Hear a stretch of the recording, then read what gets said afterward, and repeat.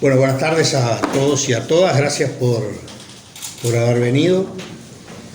Hemos convocado a esta conferencia de prensa debido a la situación que está atravesando nuestra Caja de Jubilaciones y Pensiones Bancarias, donde, si bien es de público conocimiento la situación en la cual está atravesando desde el punto de vista financiero, hay muchas versiones que se están diciendo que no son verdad, y por eso a nosotros nos interesaba aclarar a la prensa y a la gente en general cuál es la real situación de la Caja y por qué se llega a esta situación de crisis financiera por falta de liquidez. Esto tiene que ver con una decisión del gobierno de no aplicar la ley 18.396, ley que fuera aprobada por el Parlamento Nacional en el año 2008 y que entrara en vigencia el 1 de enero de 2009. De haberse aplicado correctamente esta ley en su totalidad, la caja bancaria hoy no tendría la situación de falta de liquidez que tiene. Esta es la realidad.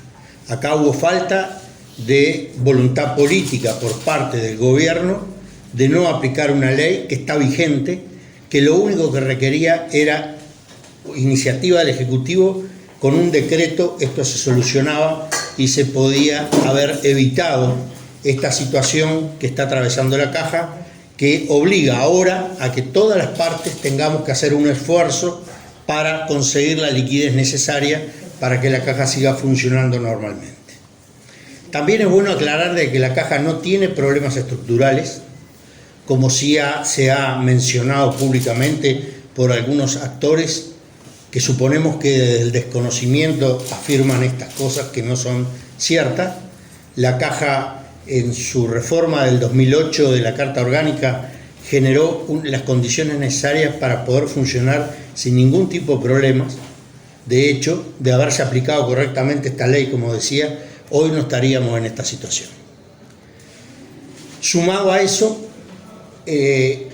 hubo una crisis producto de la pandemia que todos sufrimos de una u otra manera, que agravó aún más esta situación de la Caja. La Caja estaba previsto de que las reservas que había generado hasta el año 2017 se empezaran a utilizar en este periodo de tiempo. El problema es que la crisis producto de la pandemia aceleró ese proceso y nos colocó en una situación mucho más compleja. También decisiones del propio Ejecutivo hicieron de que esta situación se agudizara aún más. Ustedes saben que el Poder Ejecutivo adoptó la decisión de que nos ingresara más gente a la actividad pública, y esto evidentemente que afectó a los bancos públicos porque no ingresó la cantidad de gente necesaria como para poder cubrir esa vacante. De hecho, las vacantes que se generaron en el año 2019 se perdieron. Por tanto, acá hubo una nueva decisión del Ejecutivo que perjudicó a la caja bancaria y esto nos colocó en la situación que estamos. También hay decisiones de los bancos privados. Hay que tener en cuenta que la caja es paraestatal y está gobernada por el Poder Ejecutivo, por las empresas y por los trabajadores. Hay decisiones de los bancos privados, concretamente, que han afectado la situación de la caja. Una, no reponer vacantes, y reponer vacantes a través de tercerizaciones. Las tercerizaciones hoy en el sector privado son enormes y están afectando los puestos de trabajo, porque son trabajadores tercerizados que en un contrato mucho más precario realizan las mismas tareas que hacen los trabajadores bancarios que sí aportan al Instituto de Previsión nuestro. Entonces los bancos privados también han tomado esta decisión de afectar a la caja bancaria, de generar planes de incentivos permanentemente para sacarse gente de encima y contratar empresas tercerizadas para que hagan esos trabajos. Todo esto también ha afectado, por supuesto, a la caja. Cada vez hay menos aportantes y la solución que yo hacía mención en la ley 18.396, que es el aumento de la prestación patronal, la prestación complementaria patronal, que hoy está en el 2.5 por 10.000, que podría llevarse, según la ley, al 4 por 10.000, los bancos se niegan categóricamente a que esto se aplique. En una situación poco entendible, las ganancias de los bancos en este año han llegado a niveles históricos. Durante la pandemia los bancos siguieron ganando dinero, los bancos privados ganaron mucho dinero, y las ganancias obtenidas al 2022 están en los récords históricos cuando la economía del país estaba en sus mejores momentos allá por el año 2012-2013. Sin embargo, la economía hoy está entrando en una recesión, pero los bancos siguen ganando una fortuna. Entonces no se explica, si no es por una decisión política, por qué los bancos se niegan a una solución para la caja que está al alcance de la mano, sin tener que hacer sacrificios complementarios para las partes. Por otro lado, decir de que esto nos coloca en una situación de preconflicto o de conflicto que estamos iniciando a partir de hoy con una lectura de proclama que la haremos en todo el sistema financiero, en todo el país, y a partir del día de mañana empezaremos con medidas sindicales en todas las empresas del sistema financiero, tratando de lograr los acuerdos que hasta el día de hoy no se han logrado en la comisión que generó el Ministerio de Trabajo y Seguridad Social. En función de eso es que nos declaramos en conflicto. Esa comisión está trancada producto de la falta de voluntad de los bancos privados de acordar, y por lo tanto vamos a iniciar una movilización en defensa de nuestra caja de jubilaciones bancarias, pero también es bueno aclarar, lo ha hecho la caja a través de un comunicado, de que hoy no está en riesgo que la caja siga pagando sus jubilaciones.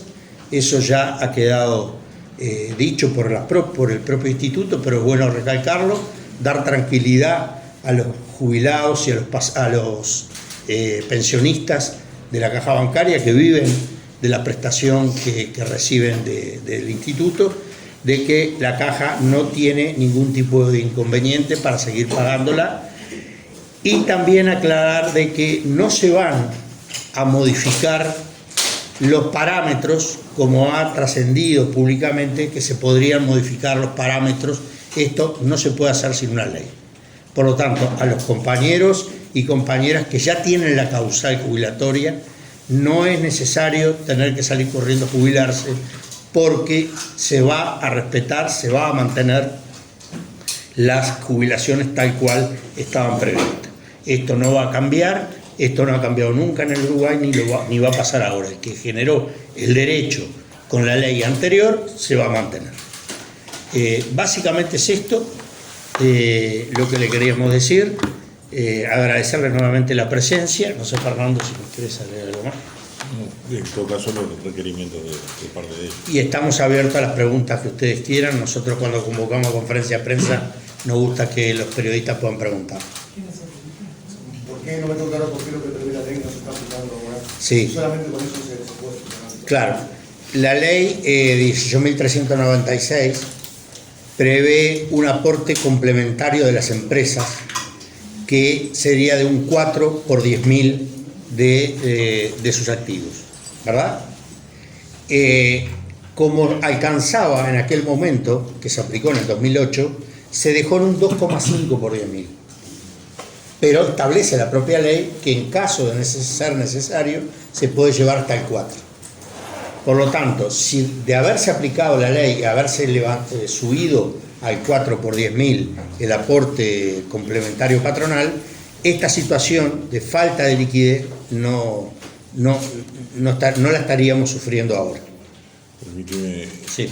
aprovechando tu pregunta, porque para que ustedes tomen debida nota, es largo de explicar, entonces para una conferencia de prensa, para para un medio capaz que es largo, pero de repente en diferentes crónicas lo pueden ir desarrollando. Esa prestación complementaria es una innovación que no sé, pero me animo a decir que tal vez sea única en el mundo. Es una innovación que tiene en cuenta que el mundo del trabajo va variando de tal manera que cada vez más la relación entre la gente que aporta y los que perciben jubilación está más empatado, fruto de la sustitución de mano de obra por la tecnología fundamentalmente. Esta prestación no es en base a la nómina, que es la tradicional y la conocida, en base a la cantidad de funcionarios que tiene una empresa, aporta, sino que además de eso tiene una prestación complementaria que es en función de lo que figura en su activo en el balance. Digamos, en buen romance, en función de cómo le va en la feria. Entonces, si la empresa tiene espalda para incorporar tecnología que va a quedar documentada en su activo como una incorporación de capital en favor de una productividad mayor en esa empresa, fruto de la aplicación de esa tecnología, indirectamente esa tecnología termina aportando a la prestación y a la previsión social, ¿no? Y la seguridad social. En ese sentido que la reivindicamos.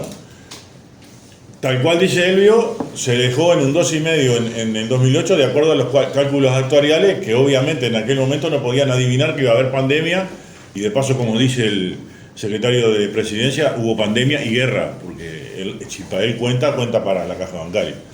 Entonces nadie podía adivinar eso, de que iba a haber pandemia, guerra en Ucrania, una serie de cosas, sequía ahora, bueno. Ahora habría que ajustar eso y basta con un decreto del Poder Ejecutivo para ajustar de acuerdo a lo que está previsto por la ley.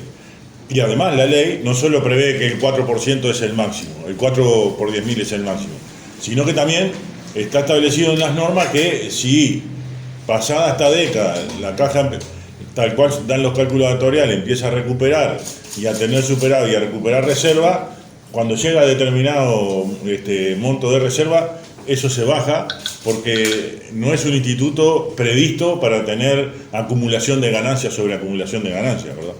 Entonces yo quería explayarme un poco porque a veces no tenemos oportunidades de dar esta cantidad de datos, pero bueno, era que pudieran ustedes tomar nota de las características de la prestación que estamos hablando, porque para nosotros, así lo reivindicamos, es totalmente aplicable a cualquier rama de actividad con las características de cada una y las especificidades de cada una, pero creemos, y así lo reivindicamos, de que sería una buena innovación para el régimen general y para la jubilación en el Uruguay, ¿no? En el Uruguay y probablemente en el mundo. Gracias. Monegal o Gamera, una pregunta. ¿Y qué podría hacer obligar al gobierno a que se aplique ese máximo de aporte patronal? Bueno, obligarlo, si no hay voluntad política, nada. Por eso nos estamos movilizando, por eso estamos denunciando esta situación, porque la solución está al alcance del Poder Ejecutivo y por lo tanto, bueno, lo que falta es voluntad política. Si el gobierno tuviera voluntad política, se haría y no habría ningún tipo de problema. Esa es la situación, ¿no? Y volver a recuperar el leitmotiv de la salida anterior en el 2008, de que todas las partes involucradas ponemos en partes igual. Y esa sería una buena parte que podrían poner las empresas. Haría lo suyo el Estado a través del gobierno, obviamente, y quienes nos toca en caso de los trabajadores y jubilados, con el apunte además de que la participación del Estado, o sea, de todos los uruguayos, es en la medida en que esas reservas se vayan recuperando, va a ser resarcido y de acuerdo a las normas va a ser devuelto. Entonces, cuanto mejor participación de las empresas en función de cómo les va en su negocio, sería muy importante para que no recaiga el costo de esto sobre quienes son más débiles.